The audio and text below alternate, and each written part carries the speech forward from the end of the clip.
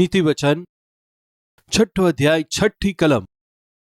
હે આળસુ, તું કીડીઓ પાસે જા અને તેના માર્ગનો વિચાર કર, અને તેના માર્ગનો વિચાર કરીને બુદ્ધિમાન થા.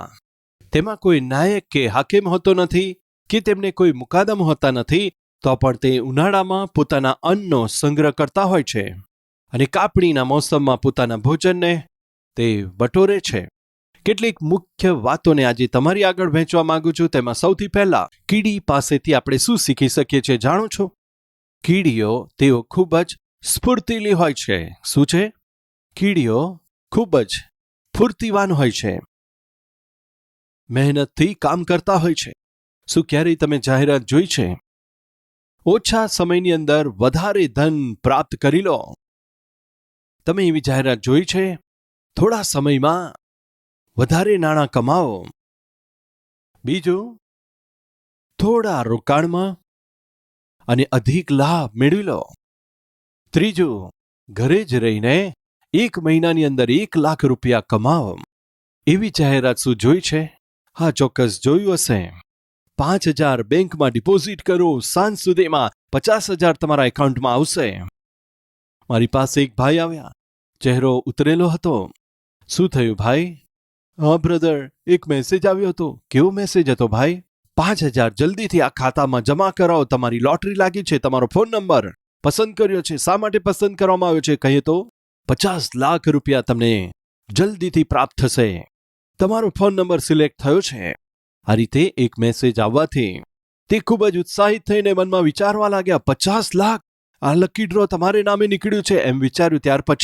ત્યાર પછી નીચે વાંચ્યું, આ ધનરાશિને પ્રાપ્ત કરવા તમારે તરત 5,000 રૂપિયા જમા કરાવીને તમારા નામનું રજીસ્ટર કરાવવું પડશે. તેણે તરત જ જઈને 5,000 બેંકમાં જમા કરાવ્યા. તેમણે મેસેજ કર્યો, 5,000 તમારા જમા થયા છે, તમારો આભાર. તમારી રિક્વેસ્ટ પ્રોસેસમાં છે. 50 લાખ રૂપિયા તમારા માટે બેંકમાં ડિપોઝિટ કરી રહ્યા છે.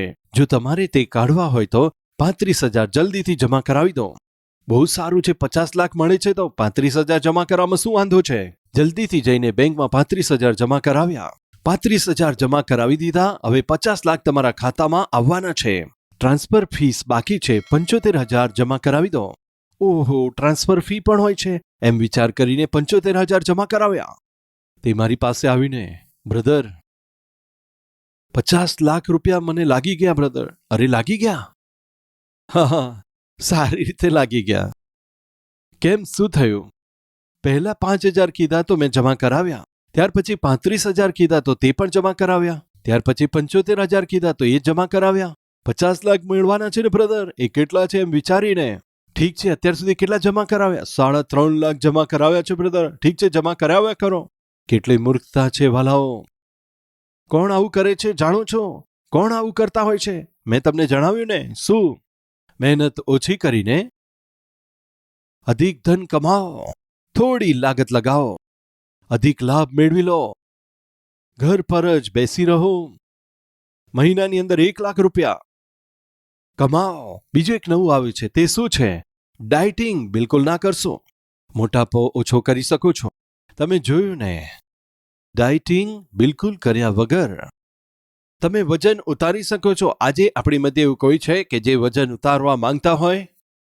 ક્યારે એવી જાહેરાત જોઈ છે? તમારે ડાયટિંગ કરવાની જરૂર નથી, બસ બેટિંગ કરતા રહો તો પણ 5 કિલો ઓછા થઈ જશે, 10 કિલો ઓછા થઈ જશે. આવી રીતે કહેવાથી વિશ્વાસ ના કરશો. આ કીડીઓને આવી કોઈ જાહેરાત ખબર નથી. વાલાઓ, કીડીઓ માત્ર એક જ વાત જાણે છે. તે શું છે? મહેનત કરવી. શું તમે કીડીઓને ક્યારેય ટાઈમ પાસ કરતા જોઈ છે? શું ગપ્પા મારતા કીડીઓને ક્યારેય જોઈ છે? તમે જ્યારે પણ કીડીઓને જુઓ, હંમેશા મહેનત કરતા જોવા મળે છે. ક્યાંક જતા જ હોય છે, કંઈક જતા હોય છે, કશું કરતા રહે છે, કંઈક લઈ જતા હોય છે. તેના સિવાય તેમને સૂતા તમે જોયા છે? જો તમે કીડીઓના ઇતિહાસને જોશો તો કીડી જો 2 વર્ષનું આયુષ્ય ભોગવશે, 2 વર્ષ ખૂબ જ મહેનત કરે છે. કીડીઓ કદી સૂતી નથી. હા, જો સૂઈ જાય તો થોડો જ સમય સૂતી હશે. આપણામાંથી ઘણા લોકો મહેનત ખૂબ ઓછી કરે છે. તેઓ ક્યારે મહેનત કરે છે? જ્યારે ભોજનને મેળવતા સમયે. શું શાક મિશ્રણ કરવાનું છે? ખીચડી મસળવાની છે? રિમોટ કંટ્રોલ લઈને ચેનલ બદલતા રહેવાનું છે, મહેનત કરીને બાથરૂમમાં જઈને સ્નાન કરવાનું છે. આ રીતની મહેનત સિવાય બીજું કશું નથી આવડતું. શું આપણી મધ્ય એવા આળસુ લોકો છે? 4 વિષય જલ્દીથી તમારી આગળ વહેંચીશ કે કીડીઓ મહેનત કરે છે, કીડીઓ કામકાજ કરે છે. બાઇબલ બતાવે છે કે કામકાજ કરનારને અનમોલ વસ્તુ મળે છે. અભ્યાસ કરનાર વિદ્યાર્થી છે તો. જો તમે આળસુ વ્યક્તિ નથી તો તમે અભ્યાસમાં સક્રિય છો તો સ્કૂલ અથવા કોલેજ જવાના વિષયમાં તમે સક્રિય હશો. ગૃહ કાર્ય કરતા સમયે તમે સ્ફૂર્તિલા હશો. એક્ઝામ આપવાની તૈયારીમાં ચુસ્ત હશો. એ જ રીતે નોકરી કરનારા સાંભળો, તમે નોકરી કરવાની જગ્યાએ સક્રિય રહો. ઘણા બધા લોકો કામ કરે છે તે સર્વ સમયમાં. ઉપરના અધિકારી જો કોઈ કામ કોઈને સોંપવાનું હોય તો કયા વ્યક્તિને સોંપશે? સ્ફૂર્તિવાળા વ્યક્તિને કે આળસુ વ્યક્તિને? કોને જવાબદારી આપશે? જે સક્રિય હશે તેને જવાબદારી આપશે, કેમ કે સક્રિય વ્યક્તિને આપવાથી તે ચોક્કસપણે કામ કરશે, પણ જો આળસુ વ્યક્તિને આપશે તો તે ચોક્કસ તે કામ પૂરું નહીં કરી શકે.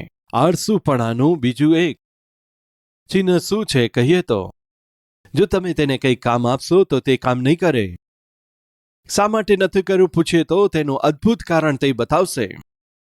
બહાના કાઢશે, સર તમે કામ તો સોંપ્યું પરંતુ એમ થયું, આપેલા કામના વિષયમાં તે પૂરું ના કરીને કરીશ વિચાર્યું હતું પરંતુ આરંભ કરીશ વિચાર્યું હતું પરંતુ પરંતુ પરંતુ કહેનારા કામને બરબાદ કરે છે. ભૂલશો નહીં, જીવનની અંદર આ વાત યાદ રાખજો. બહાનું કાઢનાર સફળતા નથી પામતા. જો તમારામાં કોઈ આપેલા કામના વિશે બહાના કાઢે છે તો તમે તમારા જીવનમાં જે વિચાર્યું હશે કદી પણ હાંસલ નહીં થઈ શકે. હાંસિલ કરનારા બહાના નહીં કાઢે અને બહાના કાઢનારા હાંસિલ નહીં કરી શકે. આળસુ વ્યક્તિ સામાન્ય રીતે બહાના કાઢતા હોય છે. મહેનતથી કામ કરનારા સામાન્ય રીતે હાંસિલ કરીને રહે છે. આ બેમાંથી તમે કોણ છો જણાવો. હાંસિલ કરનારા છો તો તમે તેજ રહેશો. તમે મહેનત કરવાનું પસંદ કરશો. જો તું એવા પુરુષને જુએ કે જે પોતાના કામમાં નિપુણ છે, નીતિવચન 22મો અધ્યાય 29મી કલમ, જે પોતાના કાર્યમાં ઉદ્યમી છે. હા, નિપુણ વ્યક્તિને પોતાના કામમાં શું તમે જોયા છે? તે તો નાના લોકોની આગળ નહીં, પણ કોની સમ્મુખ? તે તો રાજાઓની સમ્મુખ ઊભો રહેશે. રાજાને કોણ જોઈએ છે જણાવો. ઉદ્યમી વ્યક્તિ જોઈએ છે. અધિકારી લોકો કોને પસંદ કરે છે? નિપુણ વ્યક્તિને પસંદ કરે છે. દાનિયેલનું પુસ્તક 1લો અધ્યાય, દાનિયેલનું પુસ્તક 1લો અધ્યાય 3જી કલમ. ઇઝરાયેલના રાજપુત્રો અને પ્રતિષ્ઠિત પુરુષોમાંથી એવા જુવાનોને લાવો કે જેઓ નિર્દોષ અને સુંદર અને સર્વ પ્રકારની બુદ્ધિમાં પ્રવીણ અને જ્ઞાનમાં નિપુણ, વિદ્વાન અને રાજમંદિરમાં હાજર રહેવાને યોગ્ય હોય. રાજા એવા લોકોને પસંદ કરે છે. નબુકદનેસર કહે છે મને એવા જોઈએ. કેવા લોકોને પસંદ કરે છે જુઓ. કેવા લોકો? જે લોકો નિર્દોષ હોય, સુંદર અને સર્વ પ્રકારની બુદ્ધિમાં પ્રવીણ હોય અને જ્ઞાનમાં નિપુણ અને વિદ્વાન અને રાજમહેલની અંદર હાજર થવાને તેઓ યોગ્ય હોય અને તેમને કાસદીઓનું શિક્ષણ અને ભાષા શીખવાડવામાં આવે. 6ઠ્ઠી કલમ. તેમાં યહૂદિયાના સંતાનમાંથી પસંદ કરાયેલા દાનિયેલ, અનાન્યા, મિસાએલ તથા અઝારિયા નામના યહૂદી હતા. રાજા કેવાને પસંદ કરે છે? પેટુ લોકોને, હંમેશા જે ખાનારા હોય. શું તમે જાણો છો? આ કહેવત કદી સાંભળી છે? આળસુ લોકો સૌથી વ્યસ્ત લોકો હોય છે. શું તમે જાણો છો? આળસુ લોકો ખૂબ જ વ્યસ્ત હોય છે. સાચું છે વાલા. સામા? જ્યારે જુઓ ત્યારે બસ ખાતા રહે છે. બરાબર? આળસુને જુઓ, જ્યારે જુઓ ત્યારે ખાતા જ હોય છે. અથવા તો બિચારા મહેનત કરીને હંમેશા સૂતા જ રહે છે. અથવા તો જ્યારે જુઓ ત્યારે રિમોટ કંટ્રોલ હાથમાં લઈને ટીવી જોતા જ રહે છે. અથવા તો સેલફોનમાં વિડીયો ગેમ બસ રમતા જ રહે છે. કેટલી મહેનત કરે છે? હા, વિડીયો ગેમ રમતા જ રહે છે. અથવા તો કાનમાં ઇયરફોન રાખીને કોઈની સાથે વાત બસ કરતા જ રહે છે. ઉપયોગમાં થતું હોય એવું કામ કશું કરતા નથી. શા માટે? આળસુ છે ને. આળસુ ક્યારેય કામકાજી ના બને. એવા લોકોને દિવસમાં સ્વપ્ન જોનાર કહે છે. માત્ર સ્વપ્ન જોતા રહે છે. શું બેટા એક્ઝામ આવે છે, શું અભ્યાસ નહીં કરે? કેટલો સમય લાગશે ડેડી? થોડી વારમાં થઈ જશે. જોતા રહેજો, જો મારો નંબર એ છાપામાં ના આવે તો સમખાવું છું. શું કહે છે? આ છે જે કામ કરે છે. શું કરશે જો સમાચારમાં નામ ના આવે તો? જ્યારે રિઝલ્ટ આવે છે જલ્દી જઈને ઇન્ટરનેટ ઉપર નંબર જુએ છે પણ દેખાતો નથી. તે જ જોઈએ છે આપણે. પ્રિય ભાઈઓ બહેનો સાંભળો, આપણામાં આળસુ લોકો નથી હોતા. અધિકતર આળસુ લોકો શું કરતા હોય છે? આળસુ લોકોના જે લક્ષણ છે તેઓ હંમેશા સોશિયલ મીડિયામાં વ્યસ્ત હોય છે. વધારે સમય સોશિયલ મીડિયામાં કોણ વિતાવે છે જાણો છો? આળસુ લોકો જ, જેમને કોઈ કામ ધંધો ના હોય, અભ્યાસ નથી કરતા. જો અભ્યાસ કરે છે તો તેઓ મહેનત કરીને અભ્યાસ કરશે. તેમને કોલેજ જવાનું છે, ઘરે આવ્યા પછી હોમવર્ક કરવાનું છે, ત્યાર પછી કોમ્પિટિટિવ એક્ઝામ આપવાની છે. તેમની પાસે સોશિયલ મીડિયા માટે ટાઈમ નથી. ટાઈમ વેસ્ટ કરવા માટે? મહેનતથી નોકરી કરનારા લોકોને જુઓ, મહેનત કરે છે, મહેનતથી પોતાનું કામ કરે છે, તેમને સોંપેલી જવાબદારીને ખૂબીથી નિભાવે છે. ઘરે આવ્યા પછી પણ ઘણીવાર ફોન ઉપર કામના વિશે વાત કરતા હોય છે. તેમની પાસે સમય ક્યાં છે સોશિયલ મીડિયામાં ચેટિંગ કરવા માટે? પ્રિય ભાઈઓ બહેનો સાંભળો છો, આજે સોશિયલ મીડિયામાં વધારે સમય વિતાવો છો? યુટ્યુબમાં વધારે સમય વિતાવી રહ્યા છો? ફેસબુકમાં વધારે સમય વિતાવો છો? ટ્વિટરમાં વધારે સમય વિતાવો છો? તો સાંભળો, તમે આળસુ છો. તમારે કામકાજ નથી, જવાબદારી પણ નથી, તમે મહેનત કરનારા નથી. જ્યારે જુઓ ત્યારે social media, social media, social media, social media. તે એક ચિહ્ન છે, તમારા આળસુપણાનું ચિહ્ન છે. અને બીજું, ડેશ નથી લાગતું. આળસુમાં જોવા મળતું લક્ષણમાં એક છે ડેશ નથી લાગતું. એટલે શું છે? કેમ બેટા વાંચતો નથી? ખબર નહીં ડેડી, અભ્યાસ કરવાનું મન થતું જ નથી. આળસુમાં જોવા મળતું લક્ષણ છે મારું મન લાગતું નથી. કેમ? આજે જોબ પર નથી જતા, નોકરી નથી જતા? ખબર નહીં કેમ, મને નોકરી જવાનું મન. શું છે? નોકરી જવાનું મન નથી થતું. તેમને કામ કરવાનું મન થતું નથી. પણ પ્લેટ ભરીને ખાવાનું આપે તો તે ખાલી. હા, કરવાનું મન થાય છે. જે કોઈ આપણી મધ્યમાં ભાઈઓ બહેનો અભ્યાસ કરવાનું મન નથી તો તમે આળસુ છો. નોકરી કરવાનું મન થતું નથી તો તમે આળસુ છો. ઘરનું કામ, રસોઈનું કામ કરવાનું મન થતું નથી તો તમે આળસુ છો. આજે જે લોકો પોતાની જવાબદારીને પૂરી નથી કરી શકતા, ખબર નહીં કેમ મને બિલકુલ મહેનત કરવાનું મન થતું નથી, તો તમે આળસુ છો. તેમનામાં પણ આવું મન નથી હોતું. કેવું મન? મહેનત કરવાનું મન, અભ્યાસ કરવાનું મન, પરિશ્રમ કરવાનું મન, કામ કરવાનું મન, પરિવારનું નિર્માણનું મન નથી હોતું. આળસુપણું, મહેનત કરવા દેતા નથી. આજે આપણી મધ્યે એવું કોઈ છે આળસુપણામાં દુઃખ ઉઠાવતા હોય? કૃપા કરી સાંભળો.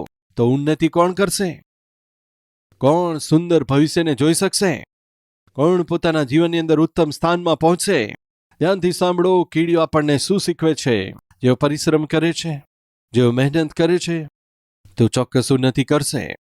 જે સક્રિય છે, જે કામકાજ કરે છે, જો કોઈ કામને હાથમાં લે તો તે પૂરું કરે છે, તેઓ પ્રગતિ કરશે.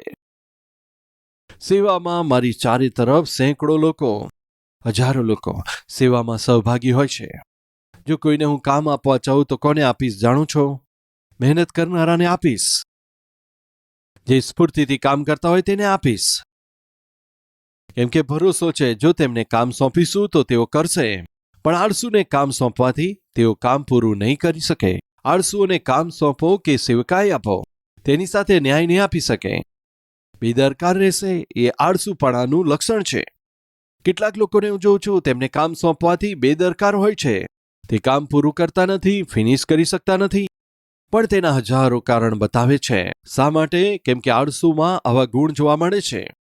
તેઓ બહાના કાઢતા હોય છે. સક્રિય લોકોનો સ્વભાવ શું હોય છે કે તેઓ હાંસિલ કરે છે. પ્રિય ભાઈઓ અને બહેનો, સ્ફૂર્તિલા લોકોની રાહ તો આખું જગત જોતું હોય છે. પરિશ્રમ કરનારા લોકોને આશીષ આપવાનો છે. આ રીતે પરમેશ્વર પૂરા મનથી ચાહે છે. ગીતશાસ્ત્ર 128 બીજી કલમ, તું પોતાની કમાણીને ચોક્કસપણે ખાઈ શકીશ. પરિશ્રમથી જે કમાયો છે. શું તમે સમજો છો? મહેનત કર્યા વગર જે કંઈ કમાશો તે સ્થિર નહીં રહી શકે.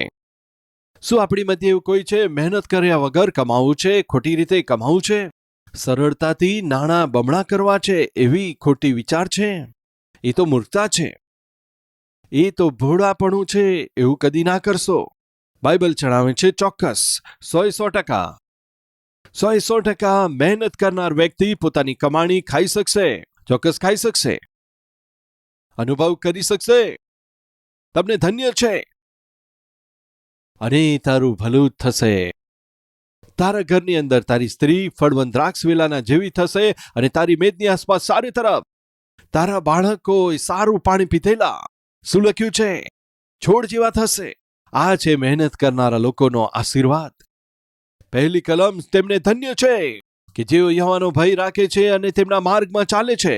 પરમેશ્વરના ભય ભક્તિ સાથે જો કોઈ પણ કામ કરે, આપણે કોઈ પણ પ્રયત્ન કરીએ, પરમેશ્વર આશીષ આપશે. કીડીઓ અહીં તહીં જતી નથી, તમે જોયું છે, પણ બધી એક લાઈનમાં જાય છે, અહીં તહીં ભટકતી નથી, એક જ માર્ગમાં આગળ વધતી હોય છે, ખૂબ જ શિસ્તબદ્ધ રીતે જાય છે. સૌથી પહેલા કીડીઓ આપણને શું શીખવે છે? મહેનત કરવી. કીડીઓ ક્યારેય આળસુ બનતી નથી. કીડીઓ ખાલી બેસીને સમય બરબાદ નથી કરતી. પ્રિય ભાઈઓ બહેનો, સમય વ્યર્થ ના કરશો, ટાઈમ પાસ ના કરશો. આપણામાં ઘણા લોકો ટાઈમ પાસ કરતા હોય છે. શું કરવાનું છે કંઈ સમજાતું નથી. આળસુને શું સમજાશે બતાવો. શું ક્યારેય તમને એવું લાગે છે શું કરવું મને કંઈ સમજાતું નથી? એમ કહો છો તો તમે આળસુ છો. એનો અર્થ તમને ભૂખ લાગી છે, ખાવાનું મન થઈ રહ્યું છે, તે સિવાય કશું આવડતું નથી. પણ મહેનત કરનારા પાસે હંમેશા કામ હોય છે, પણ આળસુ વ્યક્તિને કોઈ કામ દેખાતું નથી. બીજું, કીડીઓ એ ઋતુઓને ઓળખે છે. શું છે? કીડીઓ ઋતુઓને ઓળખતી હોય છે. ઋતુ છે કે નહીં? ઉનાળાની ઋતુ, વરસાદની ઋતુ, ઋતુ છે. આ રીતે હોય છે. આપણે જોઈએ નીતિવચન 6 અને 6 પ્રમાણે. આળસુ કીડીઓની પાસે જાઓ, તેમના કામને નિહાર અને બુદ્ધિમાન થા. અને 8મી કલમ, તો પણ તેઓ પોતાનો ખોરાક ઉનાળાની અંદર સંગ્રહ કરે છે અને કાપડીની મોસમમાં પોતાના ભોજનને સંગ્રહ કરી લે છે. આ કીડીઓને મોસમની ખબર છે. ઉનાળાની ઋતુ, ભોજન સંગ્રહ કરવાનો સમય, ત્યાર પછી વર્ષા ઋતુ આવવાની છે. તે સમયે ભોજન સંગ્રહ ના કરાય, વરસાદમાં બહાર ના નીકળી શકાય, ખોરાક સંગ્રહ ના કરી શકાય. જોખમ તો આગળ જ છે. દુકાળનો સમય આવવાનો છે, કષ્ટનો સમય આવવાનો છે. એટલા માટે આ કીડીઓ શું કરે છે કે જેટલું તેઓ મહેનત કરી શકે છે તેટલું મહેનત કરીને તેઓ ઉનાળાના સમયમાં તેઓ ભોજનનો સંગ્રહ કરી લે છે.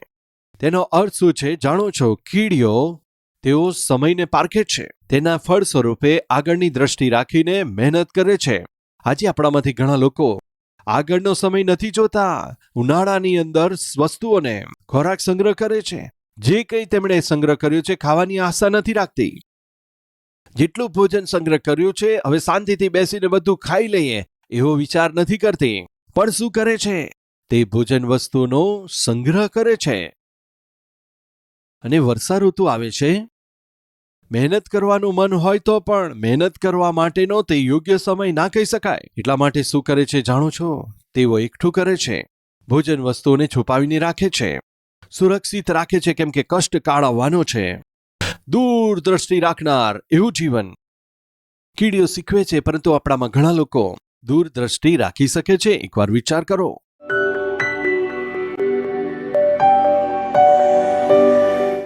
પવિત્ર પરમેશ્વર પિતા ખૂબ જ વિશેષ વચન દ્વારા સીધું ને સ્પષ્ટ અમારી સાથે વાત કરી માટે આભાર. અમારામાં આળસુપણું છે, એ તો 100% સાચી વાત છે. એ આળસુપણાને જીતીને પિતા મહેનત કરવાનું મન અમને આપજો, દીર્ઘ દ્રષ્ટિ અમને આપજો, સમયને પારખી શકીએ એવું મન અમને આપજો. વળી એ જ સમયે તમે અમારા માટે જીવન આપ્યું છે, પ્રાણથી વધારે અમારા પર પ્રેમ કર્યો છે, એટલા માટે અમે તમને આનંદિત કરી શકીએ એવું જીવન અમને આપજો. તમે જોઈ શકો છો એ ધ્યાન રાખીને મહેનત કરીને શિસ્તતા સાથે પિતા અમે સમયને જોતા પરિવારના સ્વરૂપમાં આત્મિક યાત્રામાં આગળ વધી શકે કૃપા કરજો. ઈસુના નામમાં માંગીએ છે પિતા. આમેન.